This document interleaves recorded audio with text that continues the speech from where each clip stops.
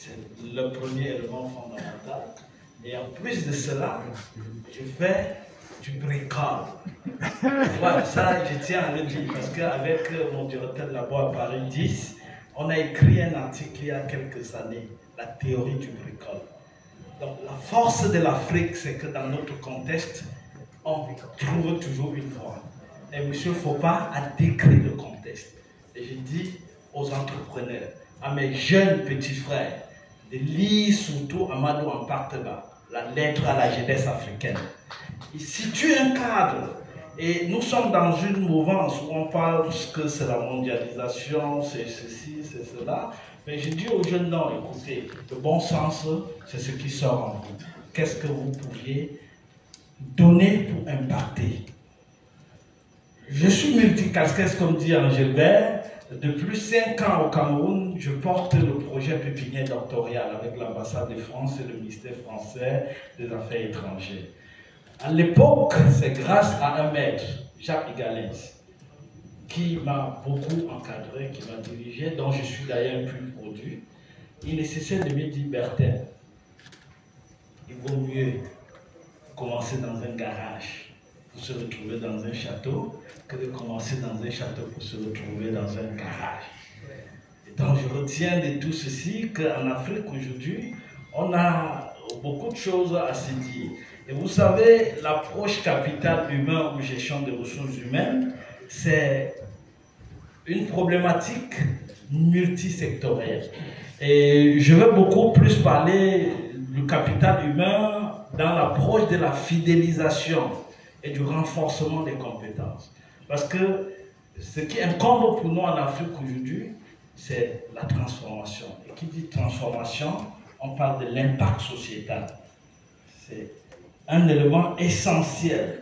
Vous savez, dans l'approche des bourses doctorales que je donne aux jeunes chercheurs en sciences économiques, en sciences de gestion, j'insiste sur un facteur. Le facteur essentiel, c'est en quoi est-ce que ta thèse règle un problème dans l'environnement sociétal. Monsieur Fopa a parlé tout à l'heure, je me sentais des choses bougeant en moi parce que dans ce qu'il a dit, il y a eu 1, la contextualisation, 2, l'appropriation, et le 3e élément, c'est la dimension humaine, la conscience, la volonté. Pourquoi est-ce que je fais ceci? En quoi j'impacte en faisant cela? Comment est-ce que je règle un problème? Vous voyez, tous les jours au Cameroun, moi je suis parti de Yaoundé hier soir, mais c'était plus difficile d'arriver à l'entrée des Douala et entrer dans Douala que de partir de Yaoundé pour faire 250 km de route. Mais je me suis interrogé et on s'est dit, est-ce qu'on a des ingénieurs ou pas?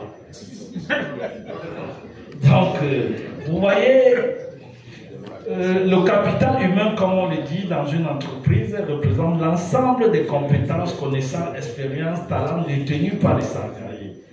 Il s'agit d'une ressource intangible mais stratégique, notamment dans les pays africains où le potentiel humain est fort mais souvent mal exploité ou sous-exploité, donnant lieu à des questions, d'approche contemporaine. La préoccupation est d'autant plus très fondamentale aujourd'hui dans les pays africains et principalement au Cameroun.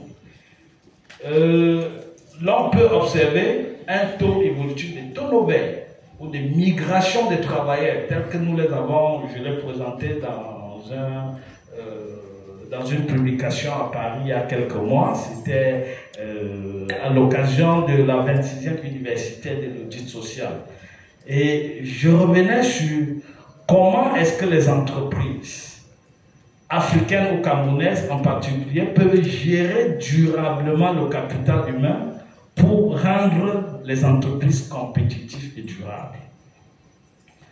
Nous savons tous que les entreprises africaines, surtout camerounaises, peuvent gérer leur capital humain pour rendre l'entreprise compétitive et durable à partir de l'intensification de l'investissement dans les approches stratégiques actuelles et de renforcer la fidélisation des compétences après avoir bien diagnostiqué les défis majeurs. Et pour moi, les défis majeurs, c'est quoi? Moi, je pense que nous sommes dans un atelier où on n'est pas là pour faire du discours politique, non plus pour parler de l'approche théorique, mais de diagnostiquer les 20 dernières années, 20 ans dans le domaine spécialisé comme la gestion des ressources humaines. Il y a eu une question tout à l'heure, GRH capital humain. En gros, c'est un écosystème. La gestion des ressources humaines, c'est mettre l'homme au centre de toutes les préoccupations d'une entreprise. Ça, c'est l'essentiel. Donc, le capital humain s'ajuste à ce que j'appelle la cohésion sociale d'une entreprise. Parce qu'elle entre dans cette dimension où on prend l'homme comme un enjeu, une partie prenante d'une organisation, et du coup, nous devions donc co-construire l'écosystème en se disant que sans homme, il n'y a pas d'entreprise. Donc, voilà à peu près.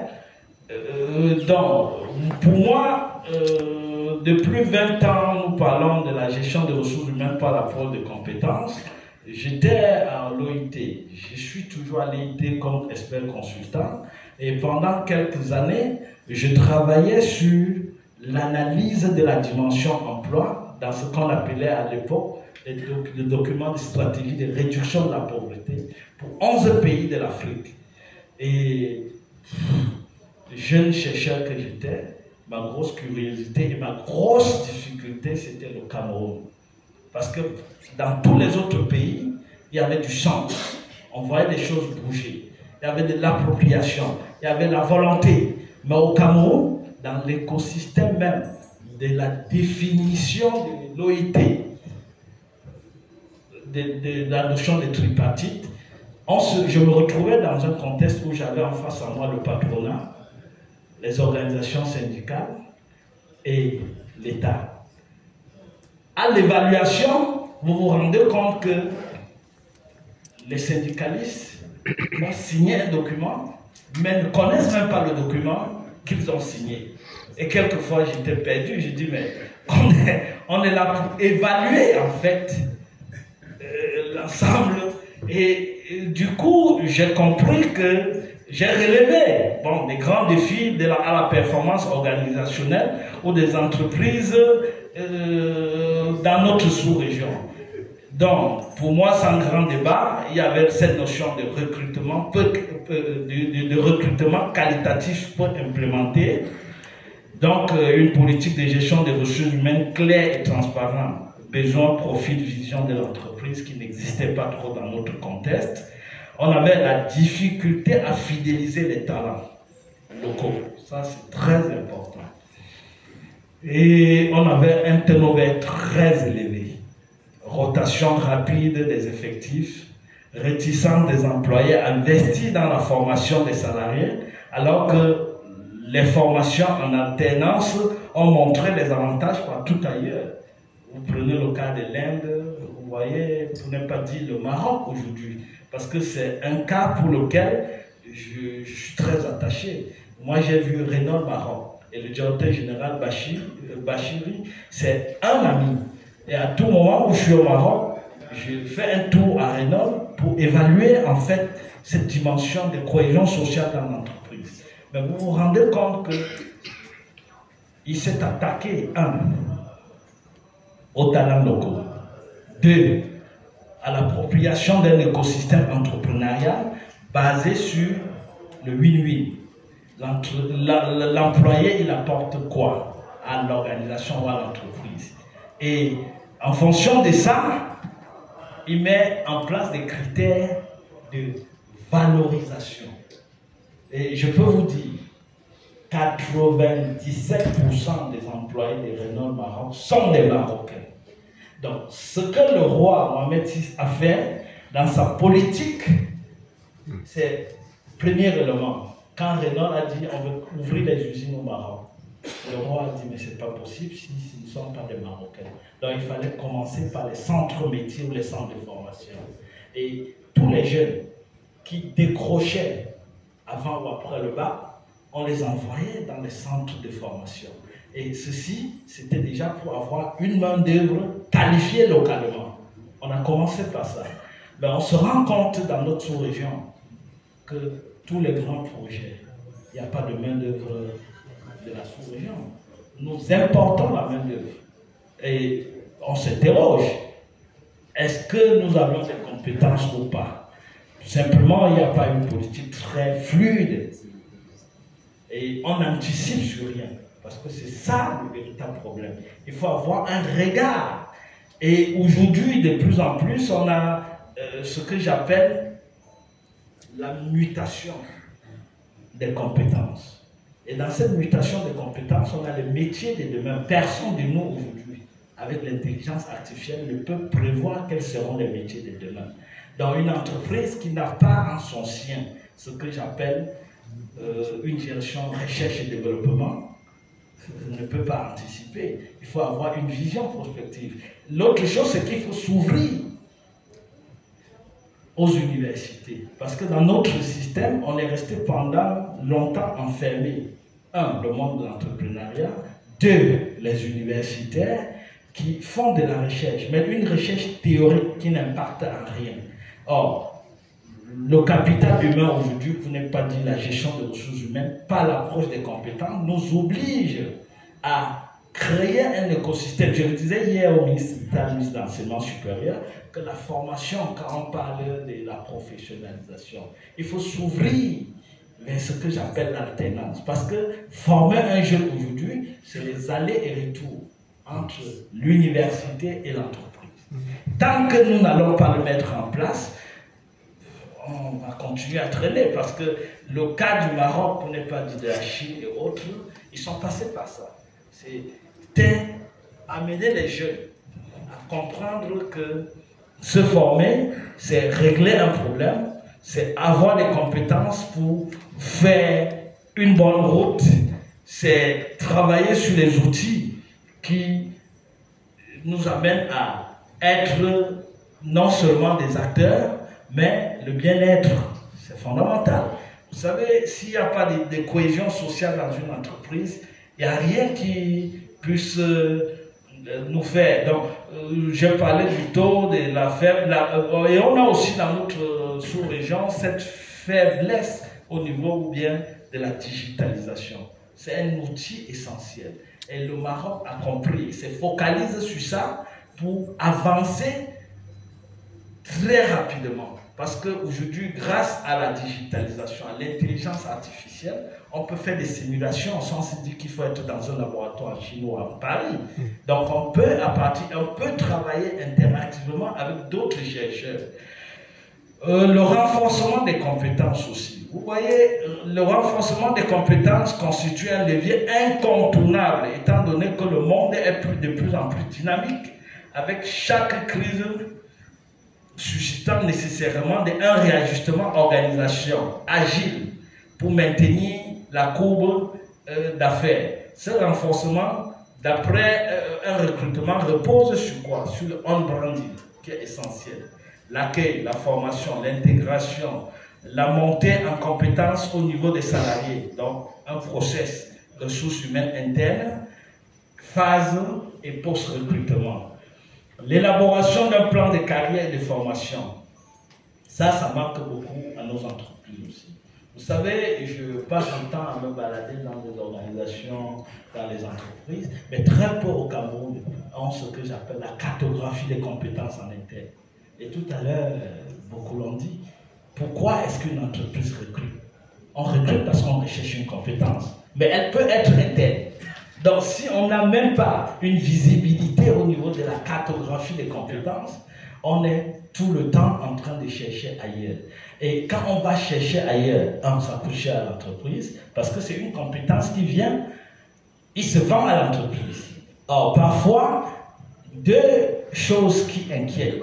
Il n'a pas la culture de l'entreprise. Il vient apprendre la culture de l'entreprise. Vous voyez qu'il y a un problème d'appropriation, des valeurs, de la vision. Et celui qui est là depuis 10, 15, 20 ans, qui connaît, mais dont on refuse de le mettre en valeur, se dit, mais qu'est-ce que je fous dans cette organisation? Donc, vous voyez qu'on est dans tout ça, on a l'élaboration des plans de carrière et de formation, l'adaptation des compétences aux évolutions du marché, les métiers de demain, la notion de l'intelligence artificielle, du numérique, la transition écologique. On a l'adaptation des ressources humaines à la stratégie de l'entreprise. Et nous avons ce que j'appelle les soft skills, la formation en soft skills, esprit d'équipe, autonomie, leadership, éthique et équité, comme on dit le grand frère. Je vais rapidement répondre. Je dis il y a la rescolarisation ou la formation en alternance. En dehors de ceci, nous allons un peu parler de la stratégie spécifique de la fidélisation. Pour moi, ça nécessite quoi? La stabilité des emplois dans le contrat juridique encadré, le salarié et la compétitivité, tenant compte des standards internationaux et du Code du travail, l'opportunité et l'évolution professionnelle via la mobilité interne, perspective de carrière à long terme, ça c'est un élément essentiel, la valorisation sociale du travail, statut, reconnaissance, compétences, primes, les avantages sociaux et la notion du bien-être au travail, promouvoir un management humain et non de proximité, prenant en compte la santé, le contexte, la compétence du travailleur et les assurances diverses, la participation des employés à la vie de l'entreprise. C'est très essentiel.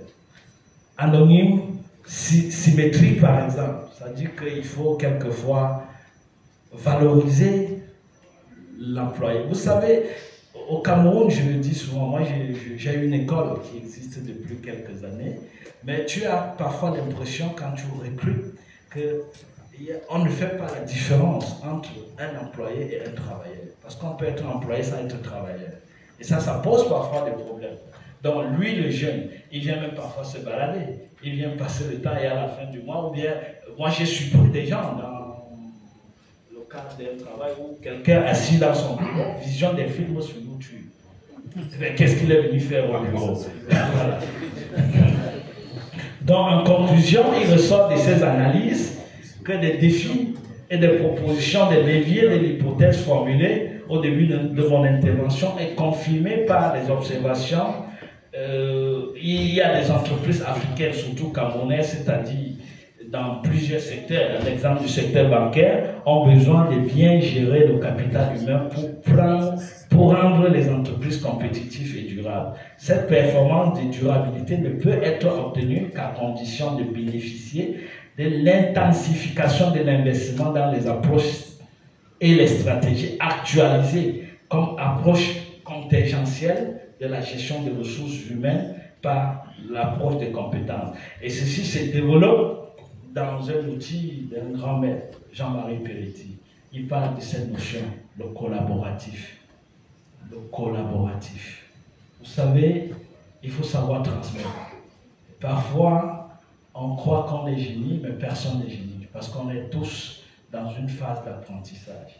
Et pour terminer, je veux dire, comme disait le grand Fred Poppa, Amical Cabral disait, notre lutte d'aujourd'hui, c'est l'avenir de nos enfants. Donc si on n'est pas dans cette dynamique de co-construction ensemble, et c'est ça, parce que la difficulté de l'Afrique, c'est qu'on est très individualiste. Je vous remercie.